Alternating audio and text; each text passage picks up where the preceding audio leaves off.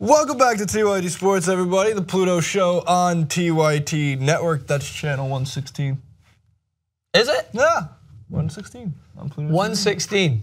I like 116 because I like the number 1, I like the other number 1, and I like the number 6. It's not bad. I like how you're putting that together. So today we got 3 stories. We always have 3 stories. Maybe one day we'll have 4. Sometimes maybe we'll have 2. I think we will. I think we're going to grow. I think when we move to like the channel 220, that's when we start to double our content. We have to, if we move up in channel number. Yeah. What's funny is we have 4 slots there. So technically, could have 4 stories. But I'd be down. They have to let us know.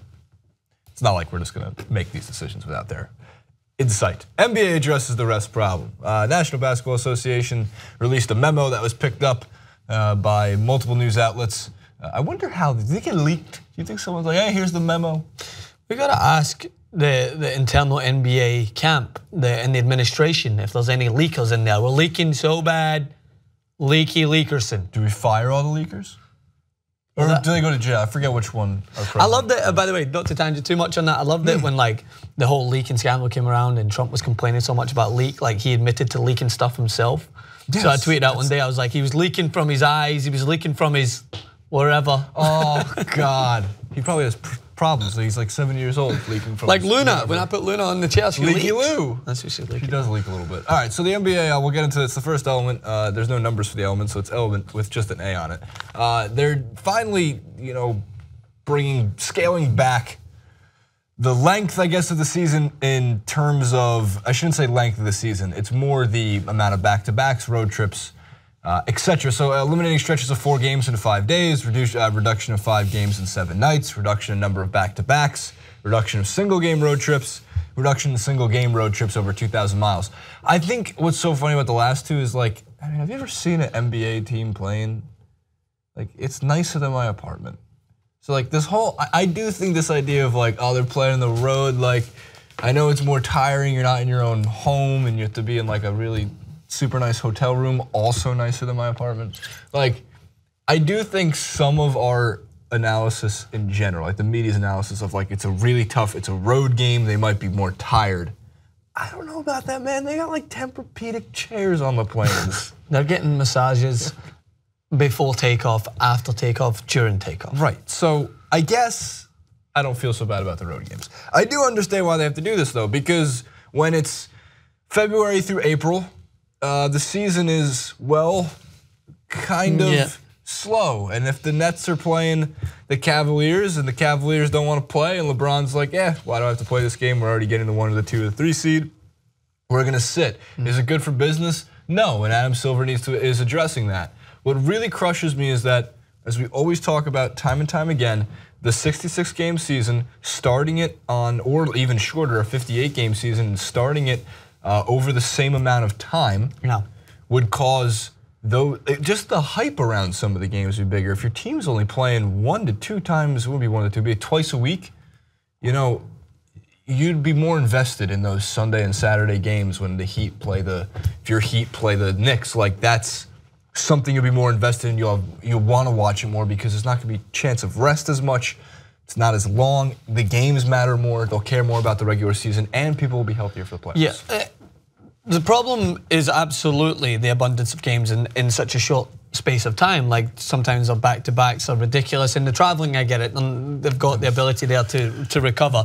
My problem is it's the motivation behind all the games, right? So if you're gonna have this amount of games in the season, then there needs to be something to be playing for other than just the number 1, 2, 3, whatever seed, because we've saw it time and time again. Seeding does play a big role, but it often can't. Like the Celtics finishing number 1 seed and still getting blown out by the Cavaliers.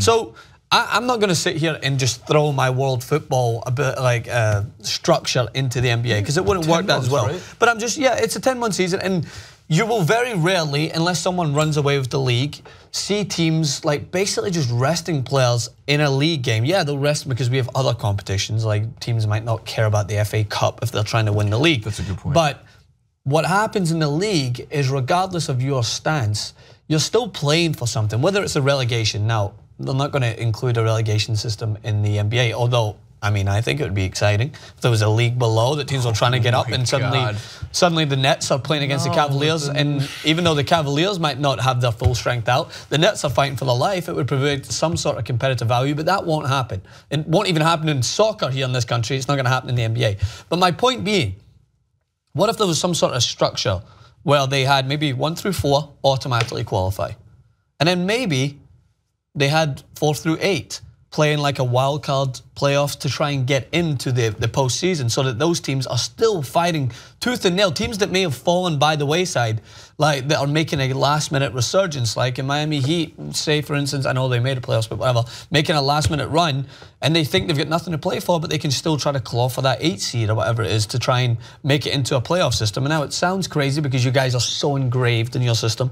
No, that's just the way it works. No, actually, that's the way it works. The NBA is the one that we're at least open to. Baseball's got a bad system just because like you play a 162 game season and there's a one wild card playoff game. Yeah. So your 162 game season can come to an end on one game. Yeah, like absolutely. in basketball though, the one thing, like what you're alluding to, the 1 through 4, I actually like that. I never thought about it, like have like 1 through 4 locked for the playoffs, and like there'd be like a tournament to get into the playoffs. Yeah, so like maybe, and then those teams that if you're dying to get LeBron James to play for, like, I don't know. Well, it'd be more competitive to see the 5 play the 8 seed right out the gate instead of the 1 play the 8 seed. Yeah.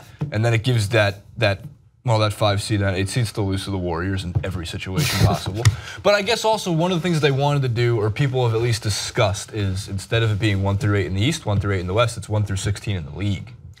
Which again would have to mean you'd have to balance out way more East-West Coast road trips, because if you're a team that's in the East and you play more Eastern Conference teams, it's a bit unfair, just because you might get, you know, I mean, just last year alone, like the best Eastern Conference team, like had what, 51 wins? Yeah. If this is off the top of my head, I think they'd be the 4, and then maybe like the 5, and then like the next Eastern Conference team would be like the 9. Yeah, it's a drastic drop off in competitive balance. So yeah, if you did 1 through 16, doesn't matter what conference you're in, it would be more competitive. I also think if they really want to help with, you know, have 1 overtime period, if you're still tied after 1 overtime, call it a draw. Just because we've seen, for example, the Warriors, when they were on like their 20 whatever win to start the season, the win streak, what became their 73 win season, they went into Boston as we thought like that was the game that they were going to finally lose, and it was, I think, a double overtime game. And then they had a back-to-back in what flew to Milwaukee, and Milwaukee beat them because they got done at 2 a.m. Boston time, got on a plane, and then played Milwaukee at like 4 p.m. their time. What about a golden bucket rule? What's that? Like the golden goal rule, where you just have whoever scores the first bucket. Yeah, but how do you decide who gets the ball first? Big toss-up. Do you have a kickoff instead, just actually like right at midcourt? I like how you're still testing me. You're scared by the fly.